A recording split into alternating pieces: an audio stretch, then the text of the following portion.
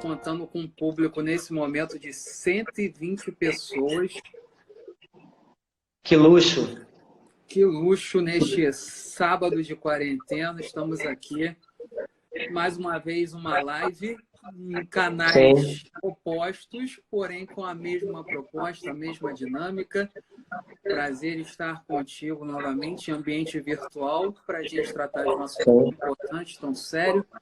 Obrigado pelo convite, mais uma vez, pela oportunidade de a gente estar nesse sábado aqui, compartilhando e levando conhecimento para todo mundo de um assunto de extrema importância e relevância. A gente vai abordar mais questões do que a gente fez recentemente numa live lá no Eu e a Beth, e a gente vai fazer uma grande complementação, um retorno a algumas questões que a gente levantou lá naquela live.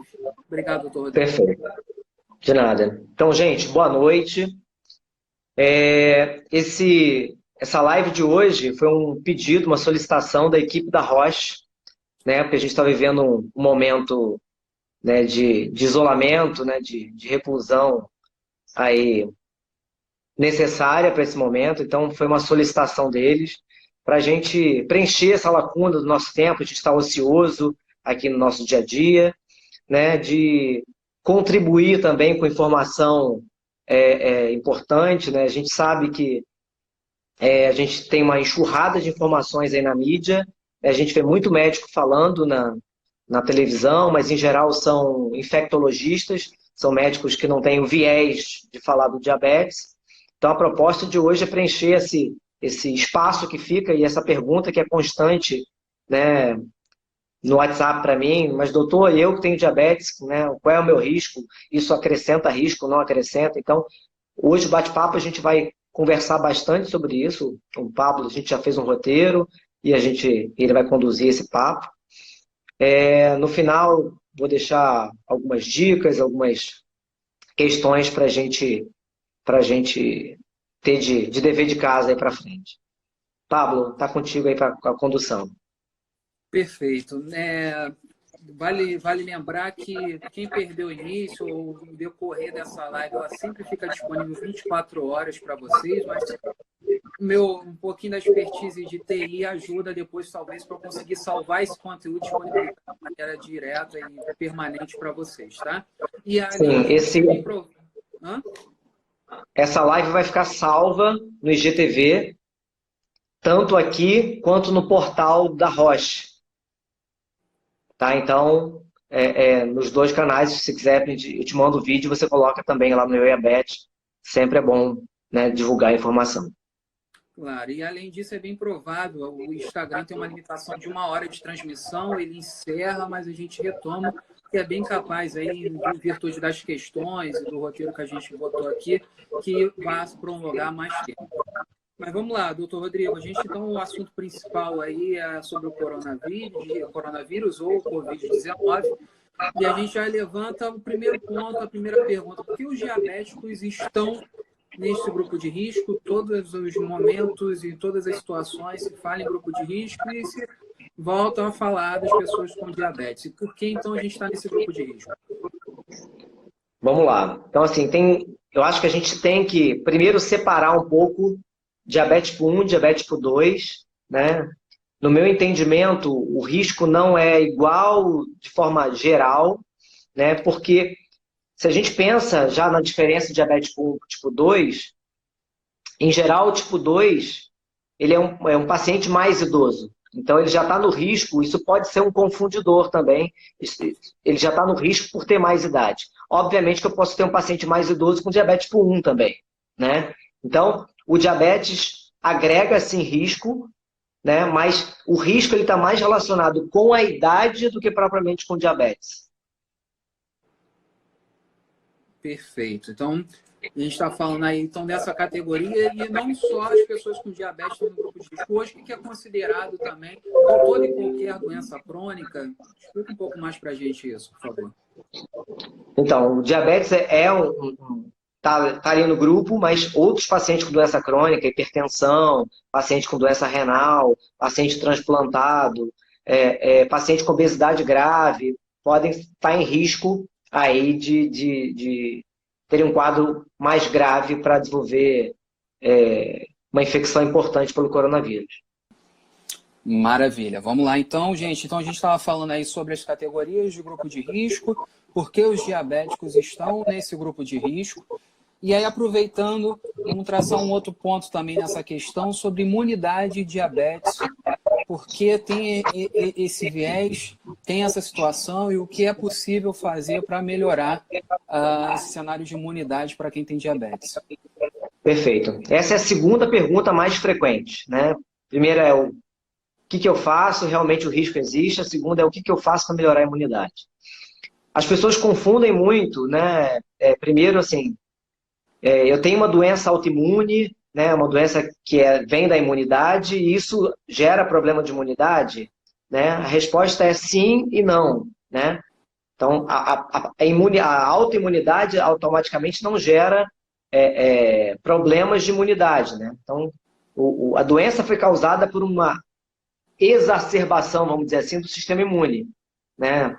No diabetes, criou-se um anticorpo que destruiu a célula que produz insulina. Mas a gente tem outras doenças, por exemplo, o hipotiroidismo, a causa também é autoimune, e isso não gera nenhum problema imunológico, por exemplo, tá? No diabetes em si, o problema da imunidade vem da glicose elevada. E a pergunta que me fizeram hoje, foi até o João que me fez essa pergunta, o João tipo 1, problema da glicose alta é um problema crônico, ou seja, aquele paciente que vem com glicose alta de muito tempo, ele tem um problema de imunidade, ou é aquele paciente que estava super controlado, fez uma glicose de 300 hoje, e se isso também altera a imunidade? A resposta é, as duas coisas alteram. Então, obviamente, aquele mau controle crônico tem uma influência importante, mas se eu fizer uma glicose muito alta, eu também altero por algumas horas o meu sistema imunológico.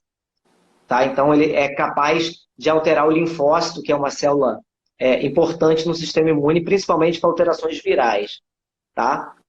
Agora, lembrando que para outras infecções virais, né, um resfriado, uma gripe, a gente não vê pacientes jovens diabéticos tipo 1 desenvolvendo grandes quadros mais graves. Então, o que a gente acredita é que os pacientes jovens com diabetes tipo 1, especialmente os bem controlados com coronavírus, também desenvolvam quadros compatíveis com a sua idade. Ok, a Carla está questionando aqui acima de quanto o doutor altera esse fator de imunidade. O quanto, em geral, vamos colocar, o ideal é que ela fique dentro daquele alvo, lá entre 70 e 180. Então, em geral, se ele passa aí acima de 180, ele já começa a trazer alterações. Tá, perfeito. E aí, pessoal, no decorrer dessa live também vão mandando as questões aqui, vão enviando, que eu tenho esse papel de fazer essa moderação aqui, repassando para o Rodrigo. Medicamentos testados e outras recomendações e contraindicações para quem tem diabetes. A gente muito sabe que durante essa semana alguns medicamentos já foram testados lá, né, estão em fase experimental, e aí isso ocorreu também, acabou gerando um movimento muito grande em farmácias, e porque até esses medicamentos testados são usados para outras comorbidades. E aí eu gostaria até que você falasse um pouco mais sobre isso, as indicações e contraindicações, principalmente para a nossa vida aqui com diabetes. Então vamos lá. Essa semana gerou uma histeria, vamos dizer assim, uma medicação, né, um estudo. Foi um estudo publicado por um grupo da França, né? Cabe dizer que foi um estudo feito em pacientes graves, então não serve para o nosso paciente que está em casa. Então, não é um tratamento para coronavírus. Foi testado em quadros graves da infecção pelo coronavírus. Então, foi testado duas medicações, né? Foi a cloroquina, que é uma medicação que se usa muito no Brasil para lúpus, malária e para outras, para artrites. E em conjunto com a azitromicina, que é um antibiótico, para evitar a infecção por bactéria junto com essa infecção viral. Então, o que se observou é uma melhora do quadro nesses pacientes. Cabe relatar que foi um estudo muito pequeno, feito com 30 e poucos pacientes, um estudo que não foi cego, ou seja, os pesquisadores sabiam quais eram os pacientes que estavam usando, então isso pode gerar, em pesquisa, uma interpretação errada, então não é a melhor forma de avaliar. A gente, em alguns centros do mundo, esses testes estão sendo refeitos em estudos melhores conduzidos.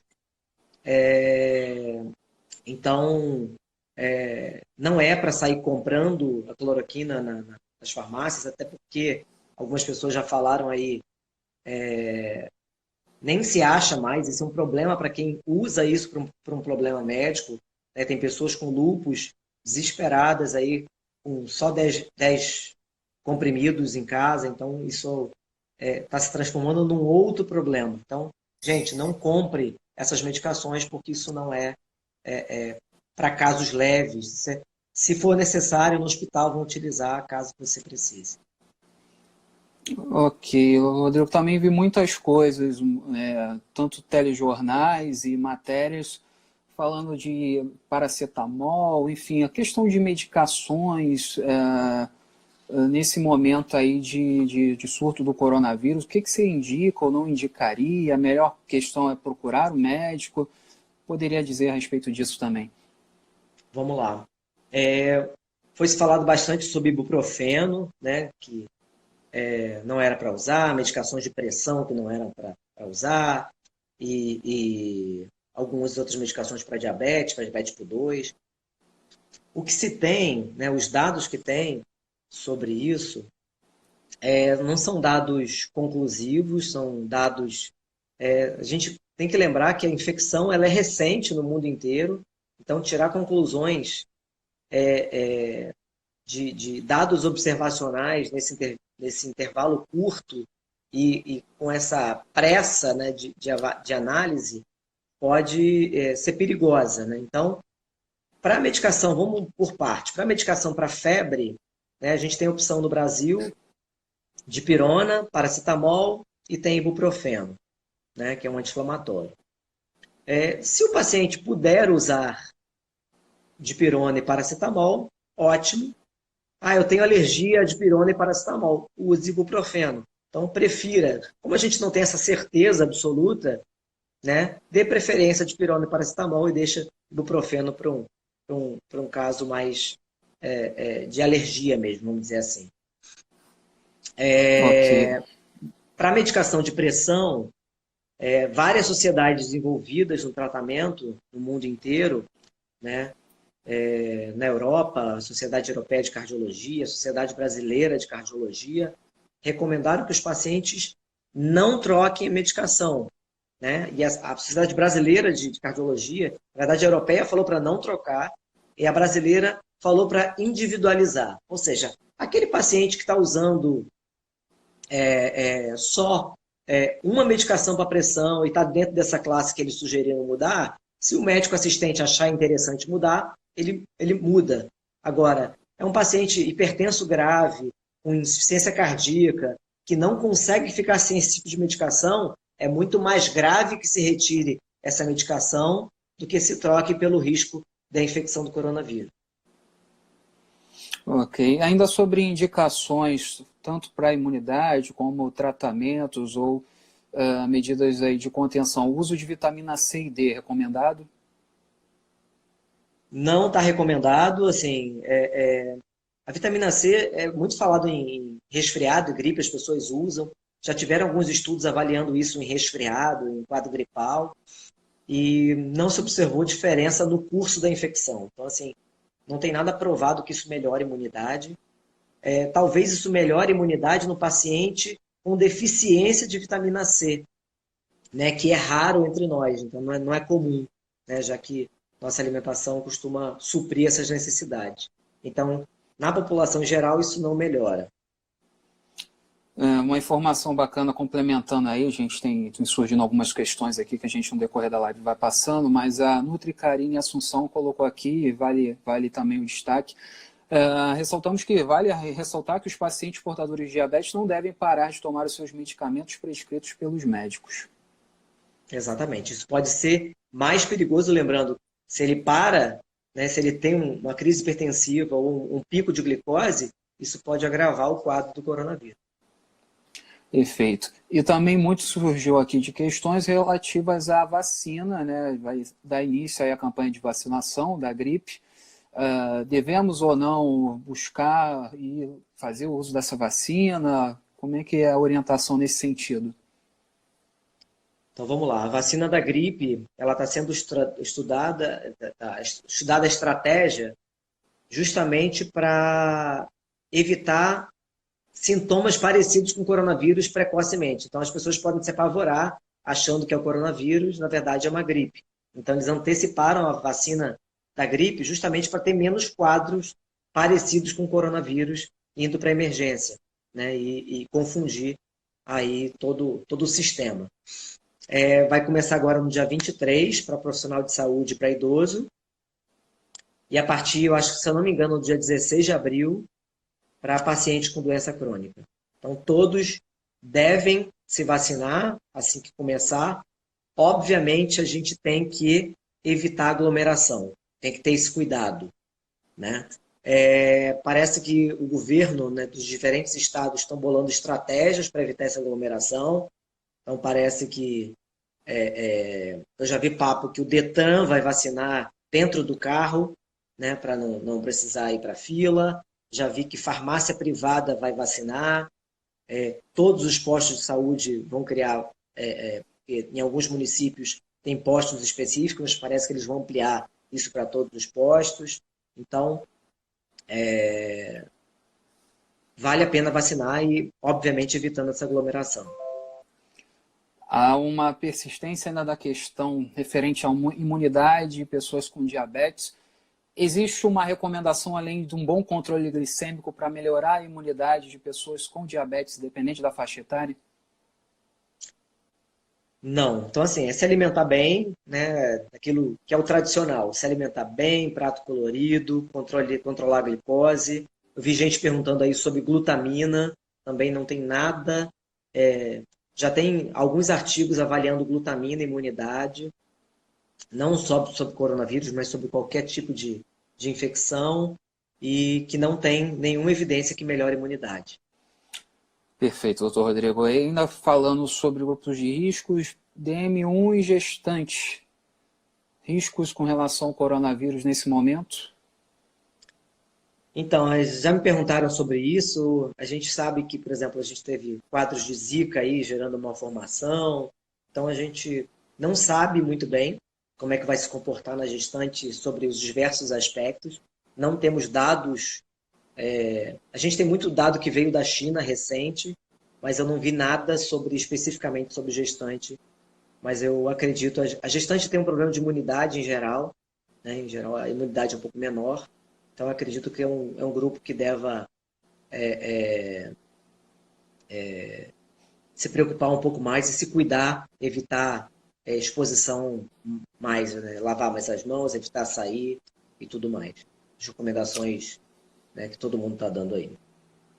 Uma outra questão que eu vejo bem recorrente com relação a mães que estão amamentando seus filhos e se porventura tiverem coronavírus, o risco de passar pelo aleitamento, algum risco, alguma evidência disso? Então, como eu disse, a gente tem pouca evidência, mas o que eu já vi é que parece que não tem nenhuma grande influência no aleitamento. Tá, perfeito. Eu vi uma pergunta aqui agora, te cortando rapidamente, perguntando se a atividade física melhora a imunidade. Melhora sim.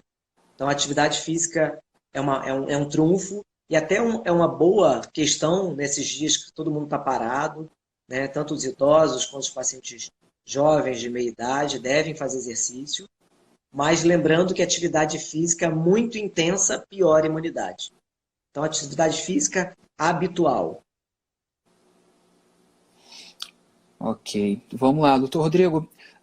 Muito também se fala, a gente, como está no assunto sobre o coronavírus, mas com foco em pessoas com diabetes, a gente está falando bastante sobre higienização, principalmente os cuidados aí, mãos, os recursos que a gente pode utilizar, mas pouco eu vejo falando dos recursos de insumos que a gente tem no nosso dia a dia. Eu, por exemplo, sou usuário de bomba de insulina, tenho meu glicosímetro também, enfim, os cuidados que as pessoas com diabetes e os seus materiais do seu tratamento que precisam ter nesse momento aí de higienização, o que o senhor poderia recomendar aí para todos? Tá. Eu li bastante o que todo mundo no mundo está dizendo sobre, especialmente diabetes tipo 1 e coronavírus, né? De forma didática, eles dividem esse conteúdo em um conteúdo de prevenção, né? Que aí é a forma geral, então higienizar as mãos, né? Sempre que puder, essa é a principal medida, né? Não é usar máscara, então a principal medida é lavar as mãos, né, de pelo menos 20 segundos, lavando a mão como um todo, isso já está vastamente orientado. E os cuidados, se eu tiver o problema. Ou seja, eu tenho diabetes, peguei coronavírus, o que eu faço com isso? Né? Então, a primeira questão é, se eu tiver coronavírus, eu vou para a emergência ou eu não vou para a emergência? Né? Então, a orientação é pacientes com sintomas leves, teve febre, está tendo tosse, né? Os dois são sintomas mais frequentes, a febre e a tosse. Posso ter coriza, mas é menos frequente.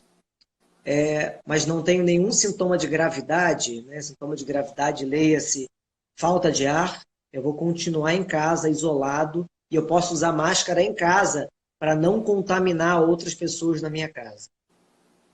Tá? Se eu tiver diabetes, estou com coronavírus, outra questão é, eu tenho que me preocupar com o controle glicêmico.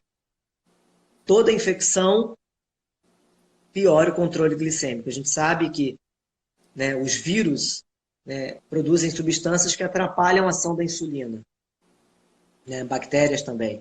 Então, o paciente diabético tem que ficar mais atento, tem que fazer mais ponta de dedo, fazer contato com seu médico para saber se vai precisar aumentar a dose das medicações, tanto orais quanto insulina, se for diabetes tipo 2, as orais, né, ou insulina também pode ser no diabetes tipo 2. No diabetes tipo 1, né, o uso das insulinas, porque eu posso precisar aumentar a insulina basal, posso precisar aumentar a quantidade de insulina rápida para correção. Né? Os pacientes que usam bomba têm que ficar mais atentos à oclusão, né? Porque se eles dobram o catéter, isso pode aumentar a glicemia, e se ele tiver com infecção, pode aumentar o risco de cetoacidose. Outra questão importante é, sempre que possível, ter tira de cetona em casa.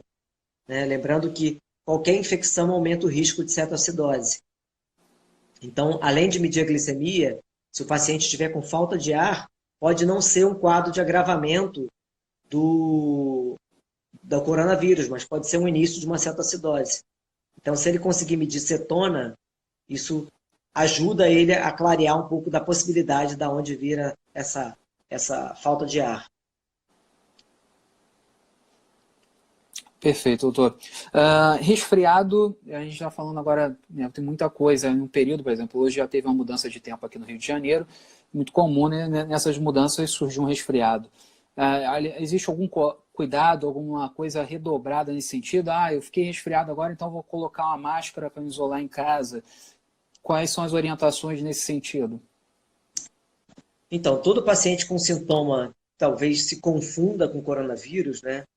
Resfriado, tosse, febre, né? Esse paciente cabe ficar em isolamento, porque ele pode estar com coronavírus. Né? Então, vale ficar isolado dentro de casa, usar máscara assim dentro de casa, para evitar contaminar os seus familiares. Né? Evitar, quando estiver em casa, tocar superfícies, né? Usar talher, prato e copo separado, porque não se sabe se ele vai estar ou não com infecção, já que agora, tanto no Brasil quanto em vários países do mundo, só são testados indivíduos com casos graves. Perfeito. Eu primeiro aí agradecendo o pessoal que está chegando na live, já está alguns minutos aqui, esclarecendo dúvidas, a gente está quase chegando a 200 pessoas assistindo nesse momento.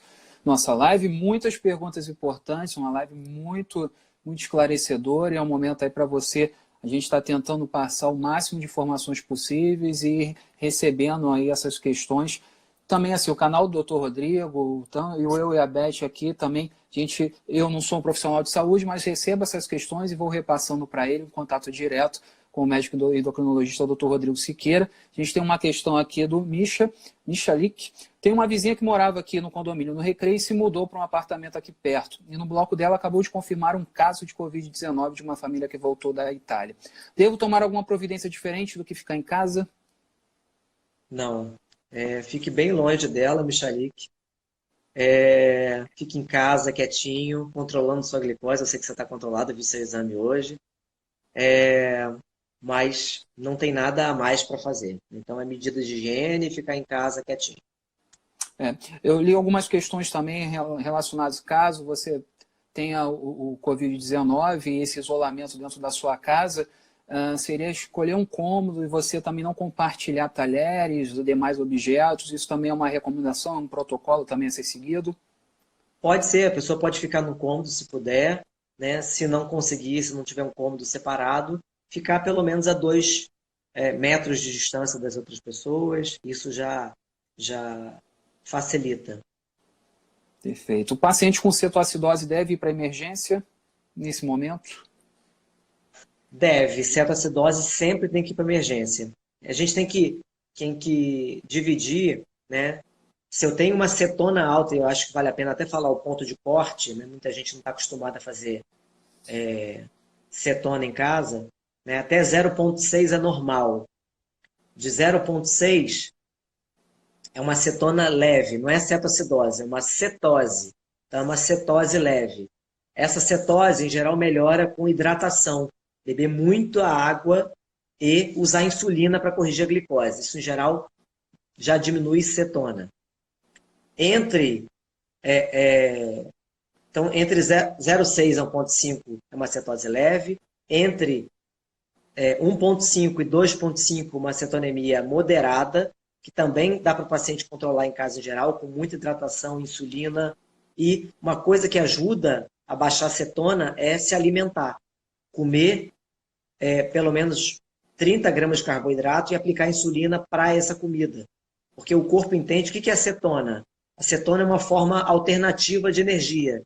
Então, quando eu estou comendo, né, carboidrato, está entrando glicose e o corpo entende que ele não precisa produzir essa forma alternativa de energia, que é a cetona. Então, a cetonemia tende a baixar. Tá? Lembrando sempre de consultar um médico assistente para ver a proporção de insulina para o seu caso. E acima de 2,5 é uma cetonemia grave, né, mais importante, e aí, nesse caso, o paciente merece ir para emergência. Perfeito, doutor Rodrigo.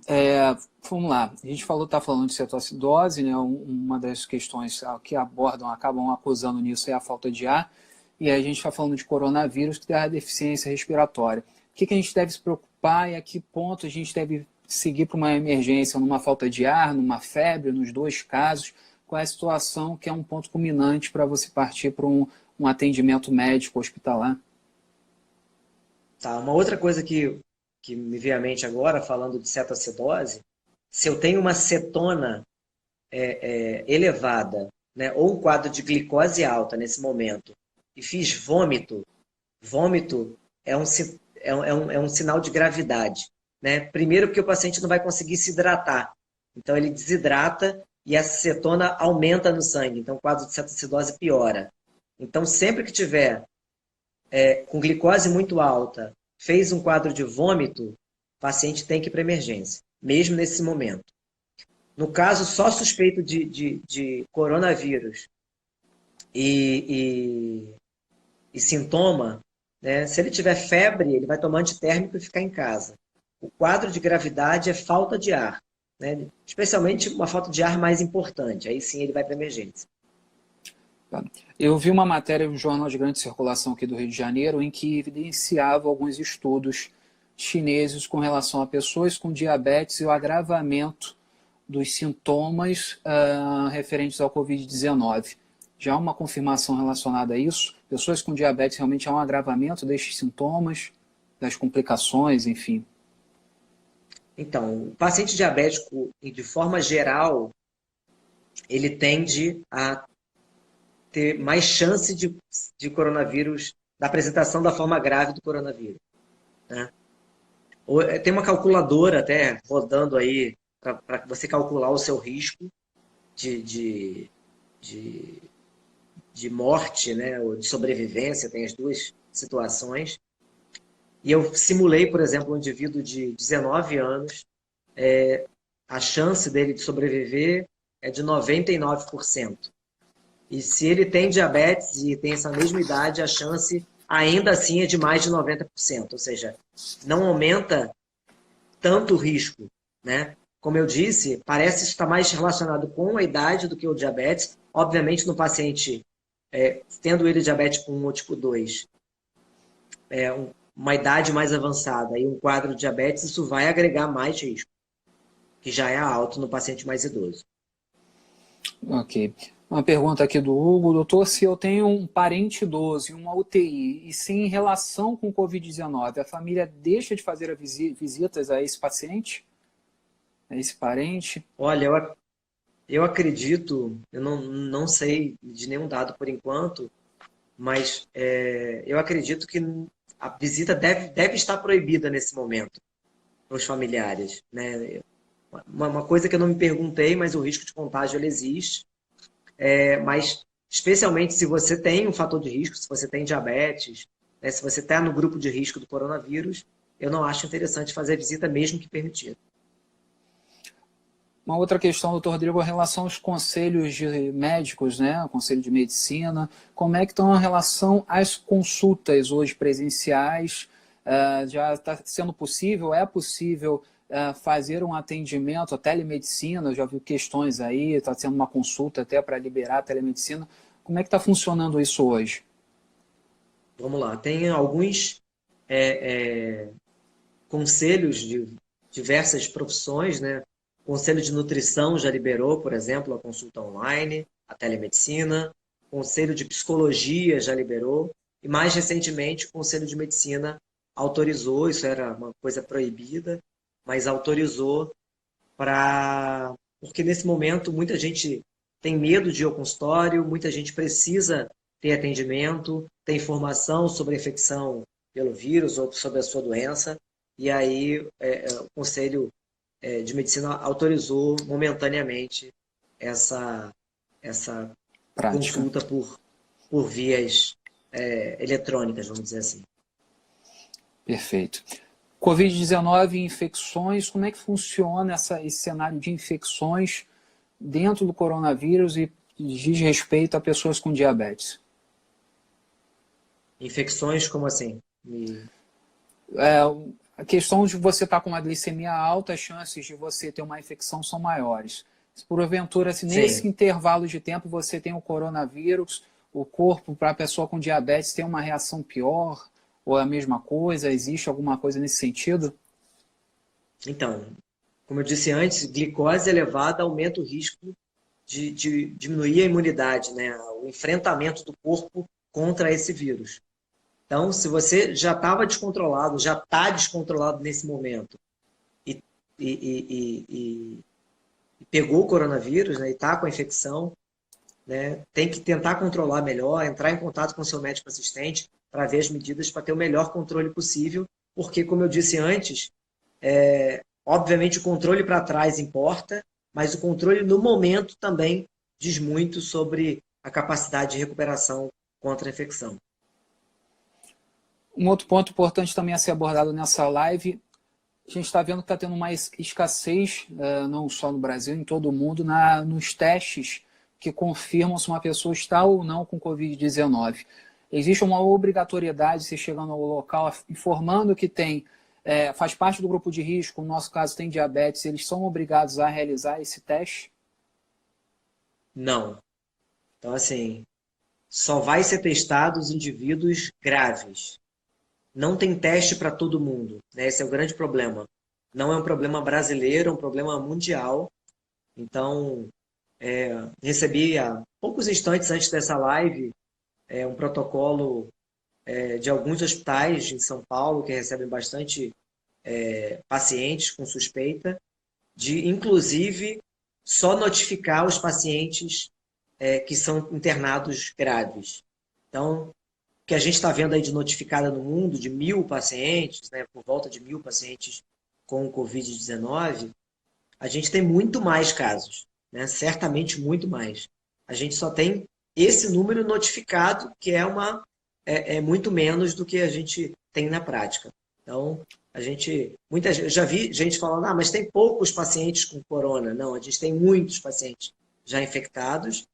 Graças a Deus, a maioria tem quadros leves, mas nem por isso a gente tem que deixar de se cuidar, né, de se expor, né, de ter medidas de higiene. E aproveitando esse gancho, doutor Rodrigo, muito se fala também na curva de contágio, né? E digamos que a gente está no pé dessa montanha da propagação do vírus, mas se fala dos cuidados hoje, por que é tão importante a quarentena, o isolamento, para a questão de achatar essa curva. Você pode explicar um pouco melhor para a gente isso?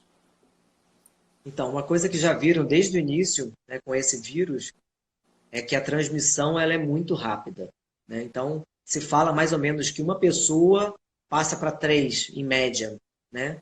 O que a gente vê agora na prática é que parece ser até um pouco mais, né? Na China, eles implementaram medidas rápidas, né? Logo a seguir.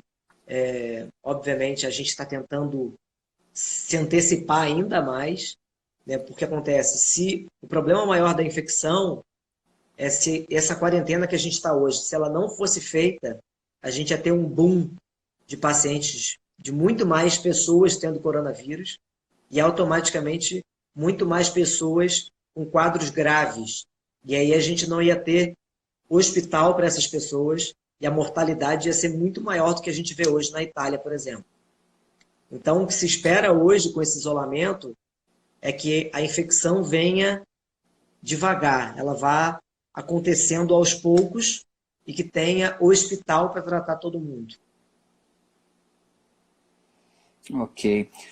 Há uma possibilidade hoje em cima desse cenário aí, dentro da sua comunidade de saúde, enfim, dentro da medicina, de prever a chegada de uma vacina, e uma outra questão complementar a essa, quando a gente já pode estimar aqui no Brasil o término dessa quarentena, desse isolamento? Então, a vacina, vamos começar pela vacina. Os principais produtores de vacina no mundo estão bastante envolvidos, engajados na produção da vacina. A gente viu recentemente a notícia que os Estados Unidos já produziu uma vacina, já fez o primeiro teste em alguns pacientes saudáveis. Mas a gente não tem a previsão do lançamento dessa vacina a curto prazo. A expectativa é que a vacina esteja no mercado entre 1 ano a 1 ano e meio, mais ou menos. A segunda questão qual era? Sobre uma estimativa aqui no Brasil sobre esse término da quarentena. Tá, o que se estima, né, o ministro da Saúde falou sobre isso também recentemente, é que tudo se normalize talvez 100% em setembro. Perfeito, ok. Vamos lá, doutor Rodrigo, tem 2 pontos aqui que eu vou anotando em cima das mensagens que eu vou recebendo, mas é uma preocupação minha, acredito da grande maioria que está participando, não só da live, mas constantemente eu recebo mensagens com relação a abastecimento, principalmente daquilo que é tão essencial nas nossas vidas, como insulina, demais insumos, tem muita gente abastecendo em alimentos. Qual é a recomendação hoje? Eu vi uma nota da SBD, mas qual é a recomendação então para ser seguida, para quem não acompanhou, sobre a questão de compra, de estocar insumos, em especial insulina? Então vamos lá. Isso é bastante conflitante no mundo. A gente vê algumas instituições estimulando, curiosamente, esse acúmulo de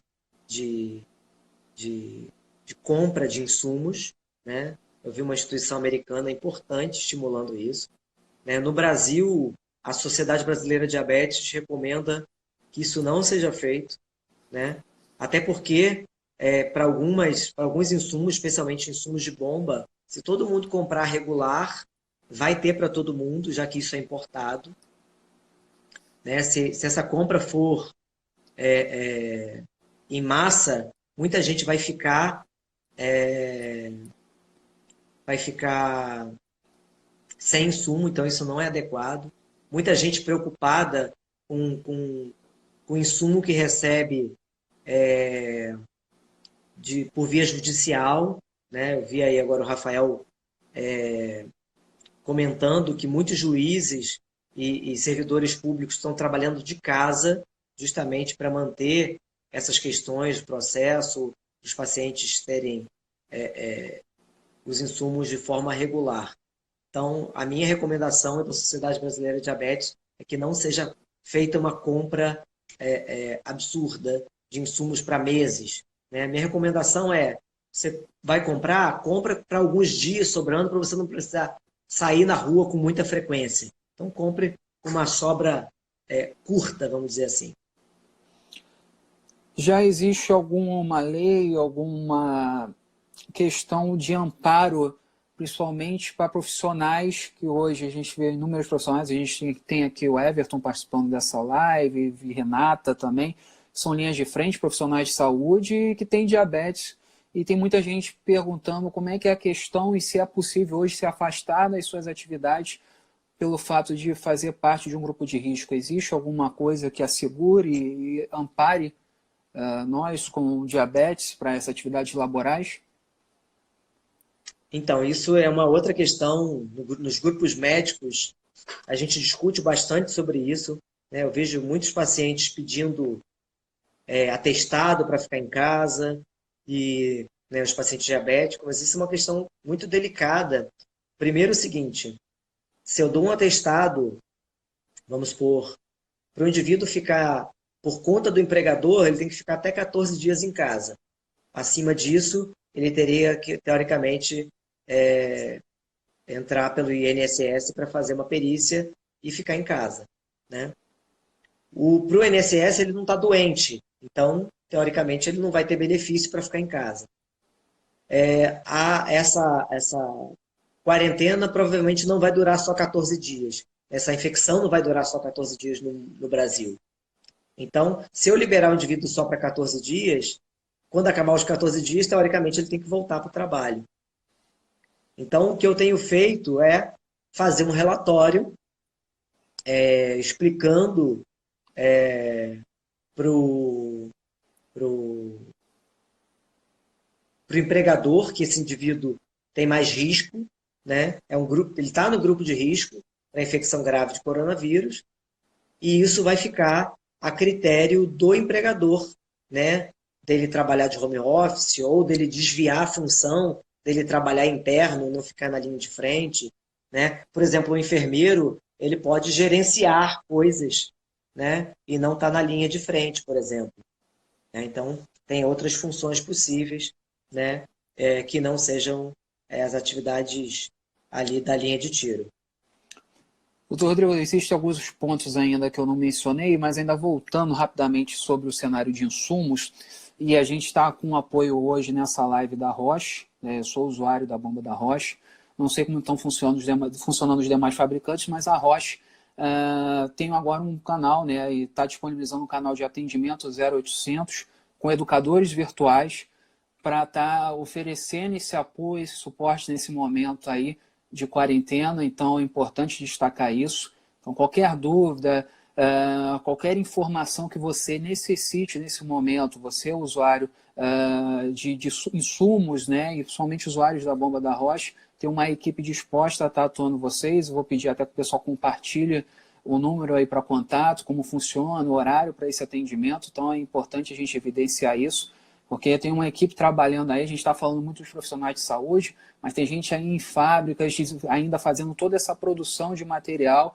tem as equipes de saúde, tem o pessoal de entrega, então tem várias linhas de frente para dar os subsídios que a gente precisa nesse período tão delicado. Então vale destacar aí que tem uma empresa que está disposta aí, está oferecendo esse amparo para a gente nesse momento.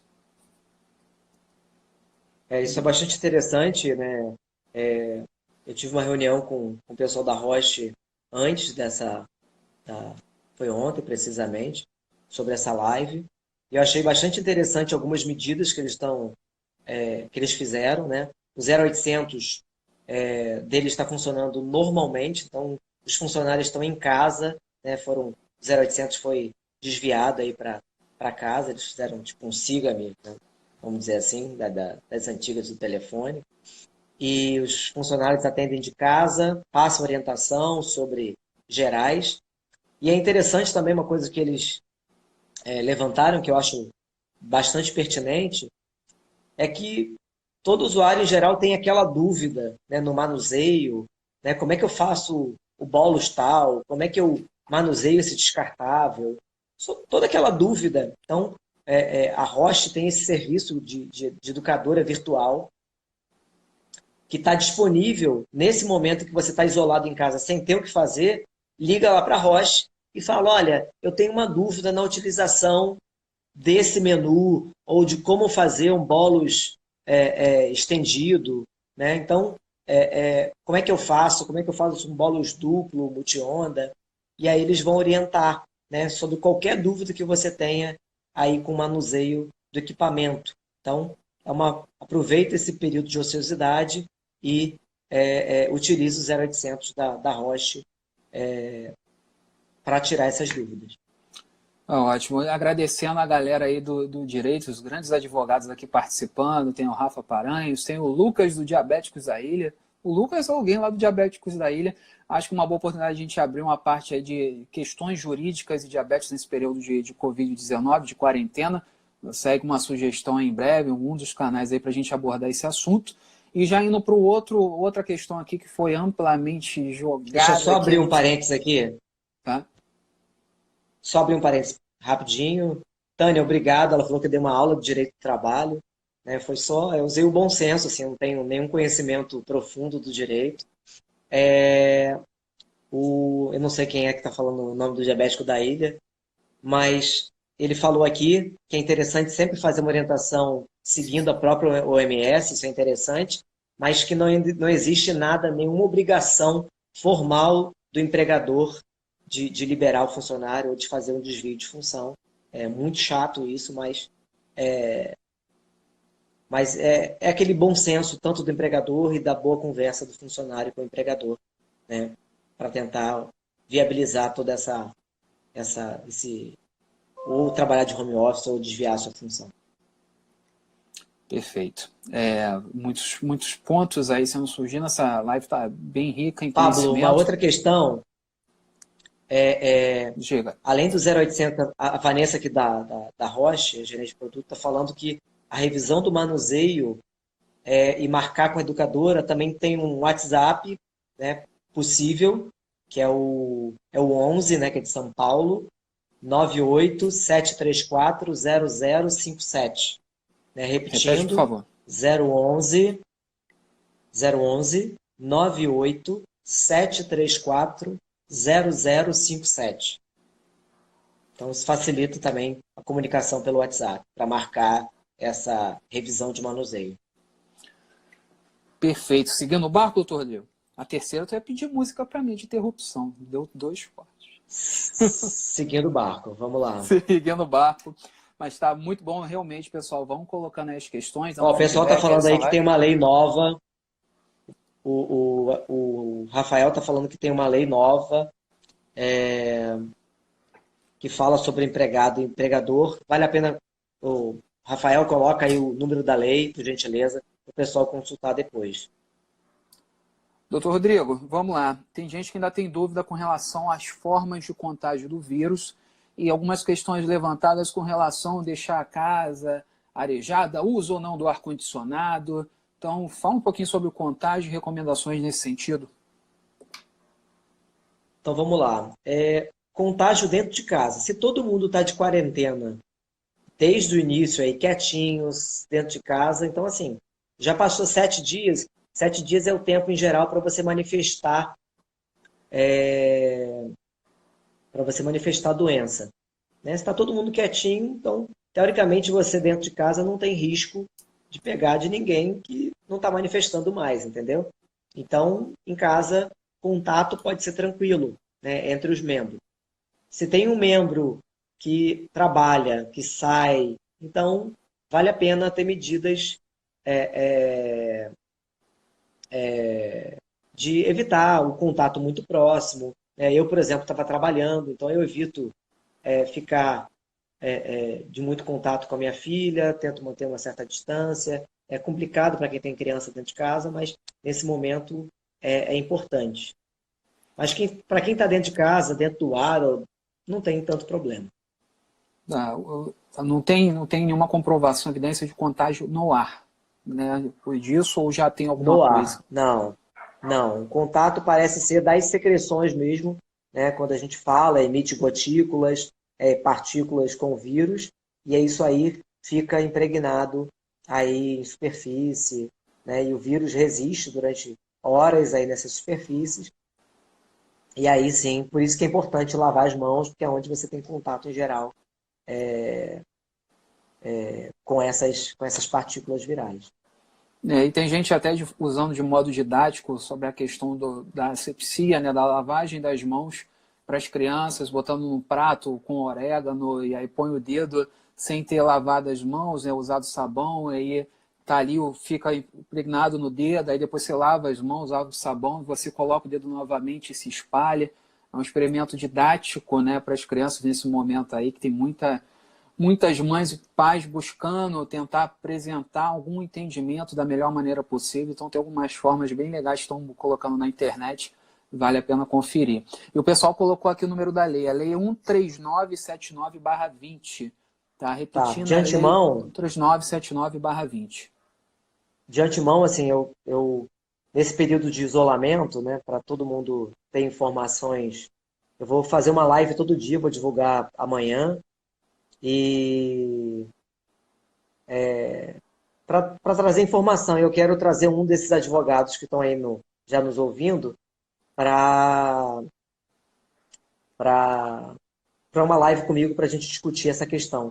Então, me coloco à disposição aí, me mandam um direct para depois a gente conversar. Eu acho que vai acabar essa live, mas eu vou voltar. Essa conexão. O pessoal está aqui retomando assentos, bebam água, hidratem-se durante essa live.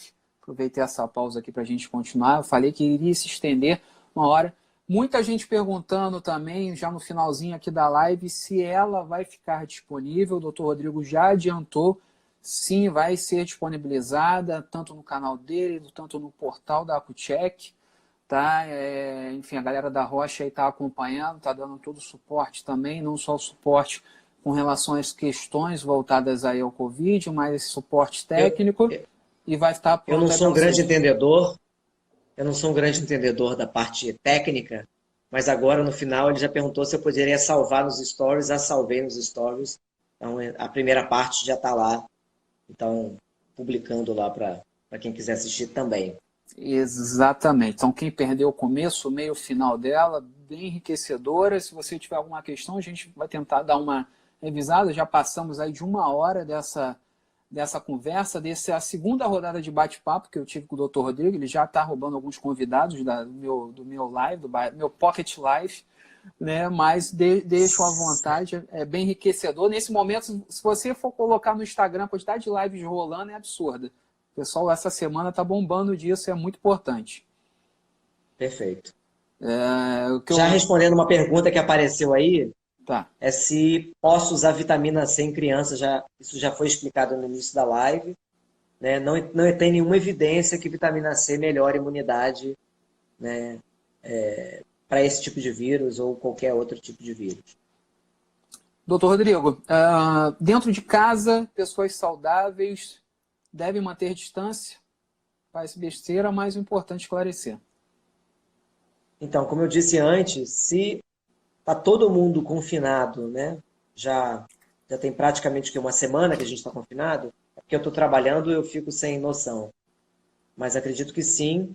Se tem mais de uma semana e as pessoas não desenvolveram nenhum sintoma, possivelmente o prazo para desenvolver sintoma é de 4 a 7 dias. Então, seguramente elas não estão com o vírus, e aí não precisa ter isolamento entre os membros da casa. A não ser que algum membro vá trabalhar, volte, e aí o ideal é que evite grandes contatos. E aí que cabe a minha próxima questão. Meu filho tem diabetes e o pai com sintomas de gripe. O que ele deve fazer, pois trabalha todos os dias? Provavelmente trabalha externo ainda. Então, o ideal é que o pai use máscara, fique em casa isolado, evite contato com o filho ou com a esposa, né? Porque não se sabe se é só um quadro de resfriado comum ou pode ser um quadro leve de coronavírus. Ok. Vacina pneumococo 13 para criança DM1. Deve-se usar? Tomar essa vacina? Sim, sempre perguntar para o pediatra se vale a pena usar para o caso em questão. Importante para quem não sabe, dever de casa. Qual é o range de glicemia recomendada principalmente para portadores de diabetes tipo 1 ou tipo 2? Boas glicemias. 70 a 180. O paciente Acima tem que ficar o disso. maior tempo possível dentro dessa meta, né? Então, entre 180 e 250 é considerado uma elevação leve, vamos dizer assim, né? E acima de 250 uma glicemia mais alta. Eu vi aí que alguém perguntou que está com glicose acima de 250 há mais de 10 dias. O que tem que fazer? Tem que consultar o médico assistente, que tem que ajustar isso o mais breve possível. E importante, eu falei sobre isso na minha live lá no EABET, e a gente vai colocar aqui mudanças de dosagem, qualquer alteração aí no seu tratamento é para consultar o seu médico. Exatamente, sempre. Perfeito. Outra pergunta aqui, Pablo, que é bem pertinente, falando que tem hipoglicemia com frequência se altera a imunidade, né? A hipoglicemia, em geral, altera a cascata de inflamação, mas não tem nenhum, pelo menos não que eu conheça, nenhum estudo avaliando isso ou indicando que altera a imunidade. Mais a glicose alta do que a baixa. Ok. Não sei se a gente abordou isso, mas vale repetir, agora nessa segunda parte da live. Eu tenho diabetes, meus sintomas de Covid são mais graves? Não necessariamente. Eu posso ter diabetes e manifestar quadros leves, né? Acredito eu que a maioria dos indivíduos jovens com diabetes tipo 1 irão ter quadros leves de Covid-19.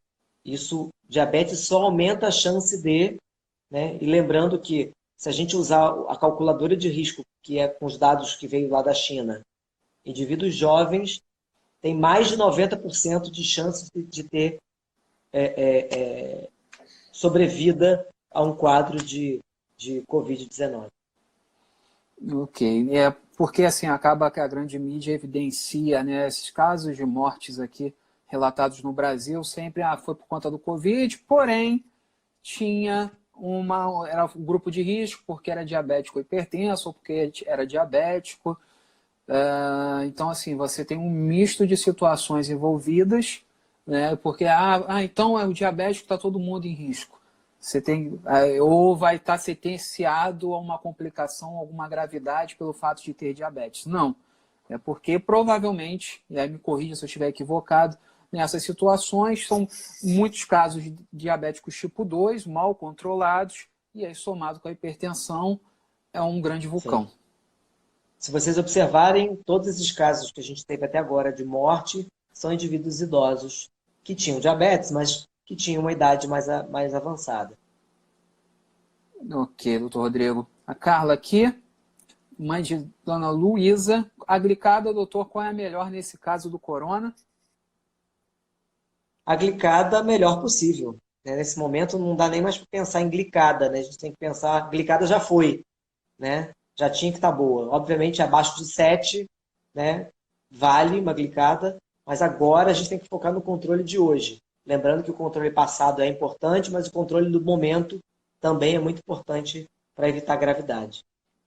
Perfeito, doutor Rodrigo. Eu pretendo em breve trazer uma nutricionista também para tratar alguns assuntos sobre cuidados e alimentação nesse período, mas eu vi uma pergunta relacionada à alimentação low carb nesse momento, a dieta, alguma restrição, alguma orientação nesse sentido que pudesse falar? Então, a gente sabe que low carb melhora o controle da glicose, né? Tem bastante, é um debate bastante importante se se low carb, por exemplo, é uma estratégia boa em diabetes tipo 1. Então, muitos defendem que sim, outros que não. Então, eu acho que não é para todo mundo, né? Pode ser perigoso para crianças, por exemplo. A gente não sabe das consequências disso a longo prazo, né? Não tem nenhum estudo avaliando isso. Lembrando que low carb, qualquer coisa que eu use menos insulina em diabetes tipo 1, pode aumentar o risco de cetoacidose. Então, se eu estou com coronavírus, peguei hoje e sou um adepto do low carb, o ideal é que você não faça low carb. Por quê? Porque eu vou usar menos insulina e esse menos insulina pode aumentar o risco de cetoacidose. Perfeito. Doutor, vem uma questão aqui da Tânia: quem tem lúpus em remissão está em um grupo de risco? E complementando a pergunta dela, pacientes bariátricos também se enquadram em grupo de risco? Bariátrico em geral, não. Né? O lúpus, se está em remissão, também não. Né? Ficar atento a quadros de retorno. Ok. Qual comorbidade do diabetes agrava o caso do coronavírus? A questão do diabetes é a glicose alta, né? E a inflamação que em geral acompanha e a baixa da imunidade que acompanha essa elevação da glicemia. Muita gente falando também, Pablo, que há várias prefeituras de vários municípios do Rio ou fora do Rio vão em casa vacinar as pessoas, os idosos e os doentes crônicos. E vi também alguma coisa que o estado do Rio de Janeiro estava analisando um drive-thru para idosos precisarem sair dos seus carros para aplicar a vacina. Estava um estudo para implementar isso aqui no Rio. Não sei se isso vai avançar. Espero eu que sim. Eles estão avançando, estão estudando isso uma velocidade grande para poder evitar aglomeração, né, que é um risco para todo mundo. Exatamente. Uma pergunta que se repete agora na segunda parte da live, mas é importante: gestantes e diabéticas, recomendações? Recomendações gerais. A gente não tem muitos dados para gestante, então evitar pegar mesmo. Também vale alguma recomendação para usuários de bomba de insulina? Somente higienização? Então, os usuários, vale a pena a gente ver muito higienização de equipamento, né, celular e tudo mais, que a gente está sempre manuseando. Vale a pena ter esse cuidado com a higienização. Especialmente tanto celular quanto bomba de insulina, as pessoas usam capinha. Então, retirar as capinhas, higienizar a capa, higienizar a bomba, higienizar o celular, tirar a capa, higienizar a capa em separado. Né? Eu vi algumas pessoas passando plástico filme no celular para trocar diariamente, né, e evitar a entrada, possivelmente, do vírus pelas frestas. Né? Isso eu acho interessante até, uma medida caseira legal, e facilita você higienizar, de repente, só o plástico, né, e tira, no dia seguinte troca. Né? Mas lembrando que sempre tem que higienizar, além do equipamento, higienizar as mãos.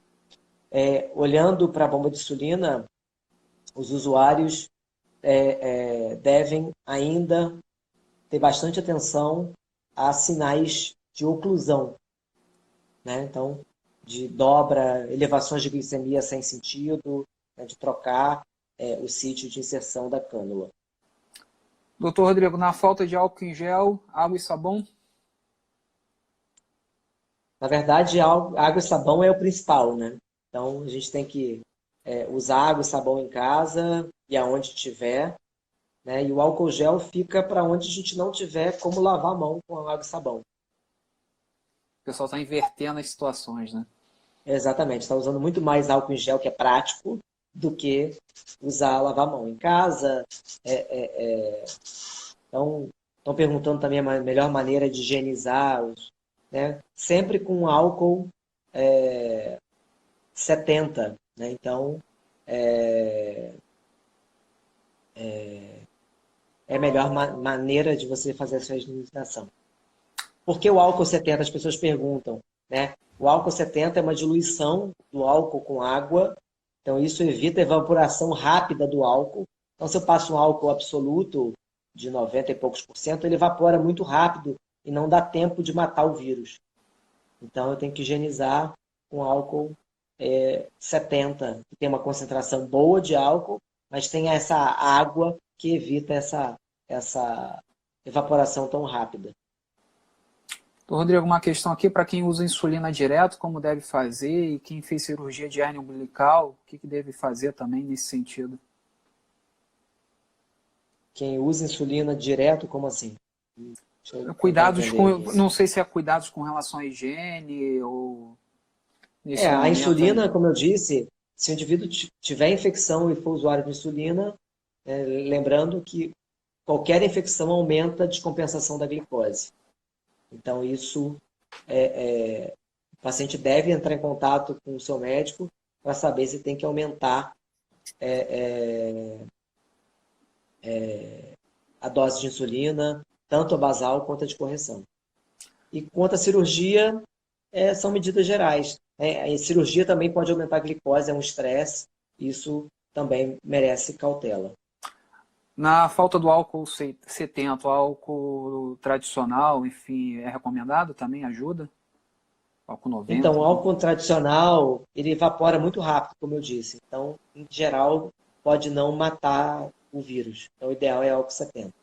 E, gente, o pessoal falando cuidados de higienização e tal, eu falo, né, dou minha culpa nisso, teste de glicemia, aquele, né, o famoso vampirinho, né? É meu sangue, né? Lamber o dedo, né? Lamber o dedo, né? E atire a primeira pedra quem nunca fez isso. Isso é uma coisa que eu larguei de mão. Agora, ainda mais, né? Além da higiene, é importante a gente não colocar a mão na boca, a mão no nariz, nos olhos, evitar esse contato com portas de entrada do vírus. Então, o diabético tem a famosa furou o dedo e lambe o sangue. Vamos aproveitar esse momento para abandonar esse hábito ruim. Eu falava com o Everton também mais cedo numa live que eu realizei sobre a mão de apoio, né? A gente tem hábito de usar destro ou canhoto, eu sou destro, direito e faço muito mais contatos com essa. Então você, se puder na sua rotina usar não a sua mão de apoio, também ajuda muito, porque é inevitável, é humanamente possível você não mexer, coçar e passar a mão nos olhos. A gente está tentando evitar o mal, mas acaba acontecendo. Então, o pessoal diz que é uma recomendação aí, não sei se procede, mas é evitar e usar a tua outra mão sem ser a mão de apoio. Sim. O que a gente puder fazer para evitar esse contato aí com o rosto e, né? A Brenda está falando que é inevitável não lamber o dedo, não é evitável sim, então tem que ter esse cuidado. Então, os diabéticos ainda assim lembrar de toda vez que for fazer glicemia capilar, fazer, já que às vezes é inevitável, vai no hábito, fazer a higienização adequada da mão, pelo menos 20 segundos para evitar essa contaminação. Ainda mais você, né, dona Brenda? Brenda tá barriguda, tem que ter cuidado. Exatamente. Parabéns, dona Brenda. Então, cuidado redobrado aí, que você tem uma família agora grande aí a caminho. E eu não sei se provavelmente vai batizar de álcool Gelson aí, como eu já vi brincadeiras nesse sentido no que vem. Mas, enfim, muitas questões surgindo.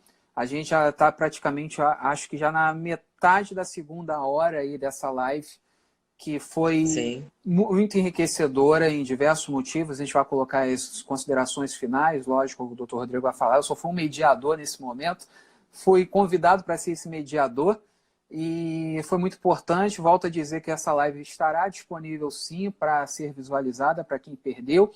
E os canais do doutor Rodrigo, não só dele, perfil pessoal, mas também do Centro do Diabetes, e o meu canal como paciente, está à disposição também para esses esclarecimentos, esse encaminhamento de dúvidas. Doutor Rodrigo, eu acabei sugerindo há alguns dias, ele vai colocar em prática essas lives aí que são bem úteis, bem interessantes nesse momento aí de quarentena e nos aproximam mais e nos coloca aí nesse momento de aprendizado como foi nesse sábado à noite. Então é isso, gente. Foi um prazer estar aqui, né? Qualquer dúvida que vocês tenham nesse período, né, eu vou estar todo dia aí fazendo uma live. Se tiver mais dúvidas, me mandem perguntas. Pode me mandar direct. Vou estar igual vocês aqui, isolado. Então vou ter tempo para responder. Então, fico à disposição. Queria agradecer ao time Rocha e do grupo Diabetes da Rocha, né, pelo convite, pela ideia da live, eu acho bastante de grande ajuda e bem produtiva. E, Pablo, mais uma vez, obrigado. Eu sei que eu posso contar sempre. Além de paciente, é um grande amigo. É isso. Estou à disposição, galera. Rocha, quem quiser, só gritar para esse careca barbudo. Não é um galãozinho, mas quebra o galho aí quando possível. Estou me colocando à disposição. Estou também isolado, em quarentena. Estou eu e Dona Maria, e Betinha e Teobaldo aqui juntos nesse momento, fazendo a nossa parte. Apesar desse isolamento, é uma ação individual e não é uma preocupação apenas de quem está em grupo de risco, mas de todos, para a gente não colocar mais ninguém em risco, e nem a gente que está neste grupo. E a gente pretende estar fazendo esse trabalho de utilidade pública e a esse bem. A gente agradece muito a profissionais como o Dr. Rodrigo que está fazendo isso com a gente hoje. Pablo, para finalizar, eu não posso deixar de mostrar isso, senão eu apanho em casa, né? Fazer o merchan da minha filha, né? Ela colocou aqui, ao contrário, acho que vocês estão vendo ao contrário, mas está uma caligrafia, que é lettering, agora é chique, escrito lavem as mãos. Né? Então... Tem que postar isso. Então, eu vou postar, vou bater uma foto, vou postar. Então, por favor, gente, fiquem em casa, lavem as mãos, se cuidem. Qualquer coisa que precisar, eu estou à disposição. Tchau, gente. Até a próxima aí. Até os próximos dias e que isso logo passe, se Deus quiser. Vai passar. Beijão. Fui.